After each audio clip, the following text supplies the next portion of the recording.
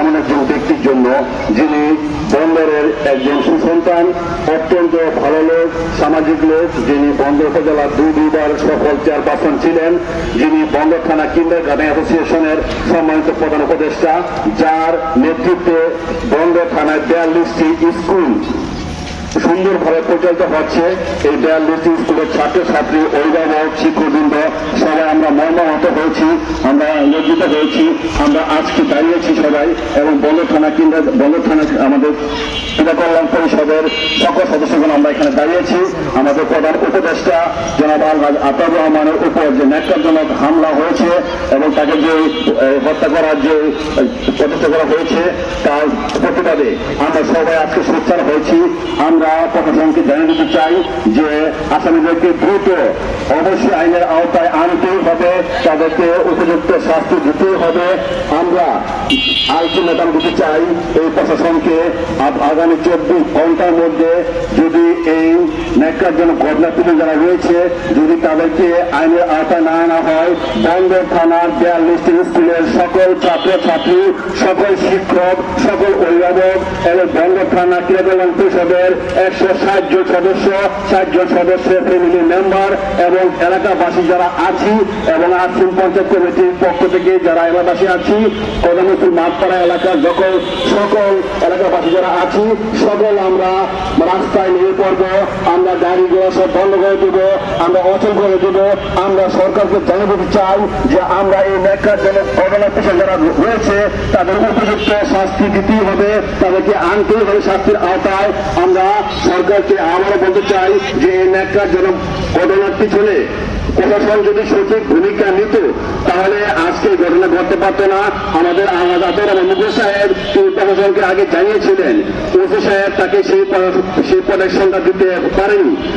আমাদের মুকুল সাহেব মামলা করার আগে প্রশাসন থেকে একটি মামলা হওয়া দরকার ছিল, যেহেতু ওসি সাহেব যে 3 জন পুলিশ দিয়েছে, বিরাল পুলিশ তারা বেশ ব্যর্থ হয়েছে এই মুকুল সাহেবকে সেভ করার জন্য।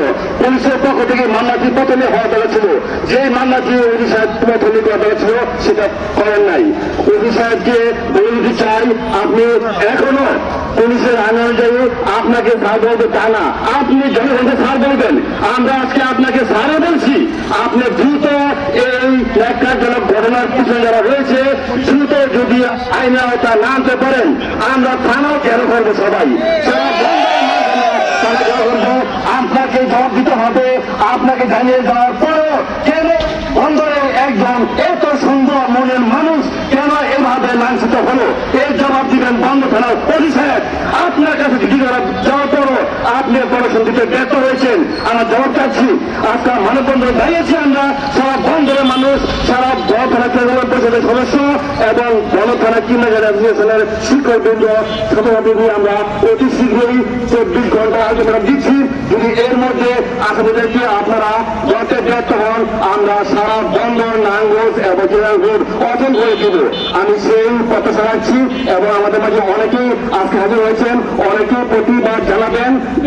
প্রতিবাদের জন্য আমি ফিরে দিচ্ছি বন্দর থানা ক্রীড়া কল্যাণ পরিষদের সম্মানিত সহসভাপতি, সাবেক জাতীয় ফুটবলার, আমাদের প্রিয় মানুষ জনাব আমানুল্লাহ ভাই। ধন্যবাদ। বিসমিল্লাহির রহমানির রহিম। সত্যি কথা বলতে কি অত্যন্ত দুঃখের বিষয়, মুকুল ভাইয়ের মতো মানুষের এরকম অবস্থা হবে তাহলে অন্য মানুষের কি অবস্থা হবে বলেন। উনি যেমন একজন মানুষ বন্ধন উপজেলার, সেটা যারা ওনার সঙ্গে ছিলেন এবং যারা অত্র এলাকার এবং যারা তার কাছ থেকে হেল্প করেন তারা বলতে পারবেন উনি কেমন মানুষ। তো আমরা বন্দর ক্রীড়া কল্যাণ পরিষদ থেকে মানববন্ধন ডেকেছি এই কারণে অতি দ্রুত যাহাতে যারা তার উপর ন্যাক্কার বর্বর নির্যাতন করছেন তাদের চিহ্নিত করে আইনের আওতায় এনে দ্রুতভাবে বিচার করবেন।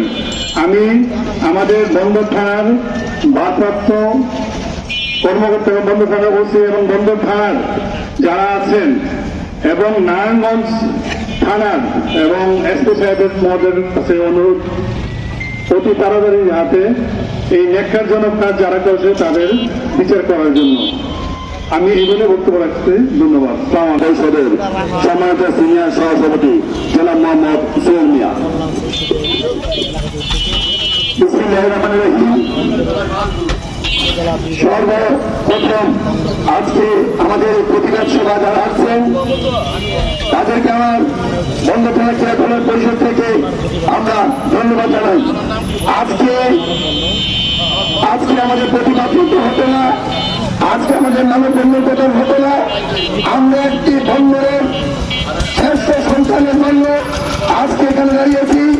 আপনারা জানেন যে বন্ধনের হচ্ছে প্রত্যেকটা স্কুলে, প্রত্যেকটা কলেজে তার হাজার হাজার ছাত্র তার নিজস্ব অর্থ দিয়ে এই মুকুল সাহেব চেয়ারম্যান সাহেব অনেক অবদান রয়েছেন। আজকে আমরা ক্রীড়া মন্ত্রণালয়কে কেন হয়েছি, আমরা ক্রীড়াবাসী, এলাকাবাসী, আর্থিক পঞ্চায়েত কমিটি, আর্থিক মসজিদ কমিটির পক্ষ থেকে সমস্ত বাংলাদেশের মানুষকে জানাচ্ছি যে আমরা ইতিমধ্যে সহস্র সচিবের কাছে আমরা বলতে চাই কেন হয়েছি এটা নির্যাত হলো। তিনি বলার পর তিনি 3টা পুলিশ আউট ছাড়া শুধু লাঠি দিয়া লাঠি নাই 3টা পুলিশ ওইখানে পাঠিয়েছেন। উনি বলে আমার পুলিশ টাকা খেয়েছে। আপনাদের লজ্জা করা উচিত, আপনাদের জ্ঞান উচিত, হৃদয় করা উচিত। বন্ধ থানা আপনার টাকা করার অধিকারই নেই।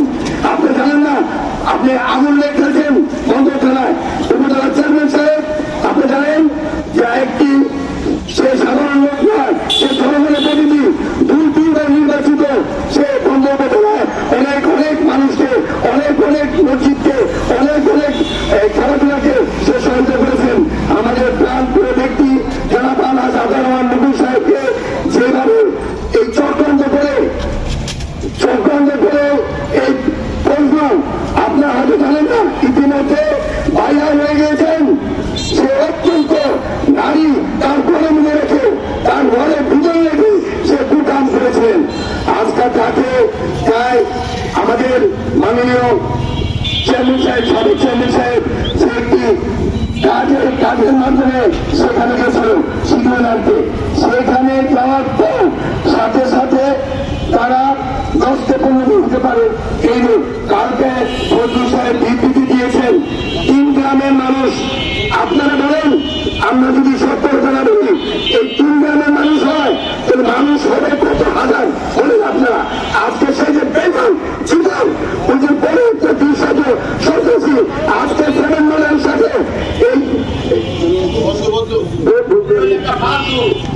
এই ব্যাংক 7 নয় নূর হোসেনের খুব পরিশ্রম এবং নূর হোসেনের মেলা থাকে আজকে জামা পাল্টিয়ে সে বলে আমি বিএনপি করি। আরে ভাই আপনি যদি বিএনপি করতেন তো নূর হোসেন 7 মানের সাথে আপনি প্রথম 1 নম্বর আসামি আপনি আগে ছিলেন। এবং আপনারা জানেন মুকুল ভাই শুধু আমরা বলবো না, প্রত্যেকটা স্কুলের কলেজে ছাত্রছাত্রীরা তারা বলে আমি যেটা জানি আমাদের গ্রাম থেকে মহলবার ক্রীড়া পঞ্চায়েত ক্রীড়াকরণ আরম্ভ করে খেলাধুলাতে আরম্ভ করে বিভিন্ন মসজিদ আরম্ভ করে আপনি আমাদের সাথে আছেন। এই কলেজে নিয়ে তাকান, প্রত্যেকটা স্কুল, প্রত্যেকটা গেট, প্রত্যেকটা ভিডিও তার কথা বলে। এবং ছাত্রছাত্রী আমি নিজের চোখে 9 বছর ছিলাম তার সাথে এই কলেজে যখন আছে প্রত্যেকের সাথে চেনে সাহেব আমি ভর্তি দেবো না, সাথে সাথে সে পুরো জায়গায় ভর্তি করে দিত। এটা আমার চোখে দেখা, আমি নিজের চোখে দেখেছিলাম। আমরা কসম করে দিলাম এই ভালো লোকের জন্য যদি আমার মরণ হয় আমি নিজের শিক্ষা মধ্যে রাখিয়েছি। কোনো বলছি কাউকে যে আজ থেকে ওই কুয়ারগুলো প্রচুরকে যেখানে পাবো বন্ধরে বহিষ্কার বিষয় বললাম সেই জায়গায় যে মুহূর্তে পাবো ওই মুহূর্তে পর্যন্ত পাবো ওই মুহূর্তে সেই পর্যন্ত এই উপসারে প্রশাসনকে বলছি, এই প্রশাসনকে বলছি, জুজুদেরকে বলছি। পাশাপাশি আজকের বাংলাদেশের যে প্রধান উপদেষ্টা বর্তমানে আছেন ডক্টর ইউনূস সাহেব, আপনাদের বলছি ভালো একটি লোকের জন্য আমরা বাংলাদেশি অত্যন্ত আজকে আমরা মর্মায়িত হয়েছি। আমরা জানি যদি আপনি এমপি সাহেব, ডিপি সাহেব 24 ঘন্টার মধ্যে যদি তাকে না অ্যারেস্ট করা হয় পুলিশের কাছে ভরসা পাই না, পুলিশের কাছে কোনো ভরসা পাই না। আমরা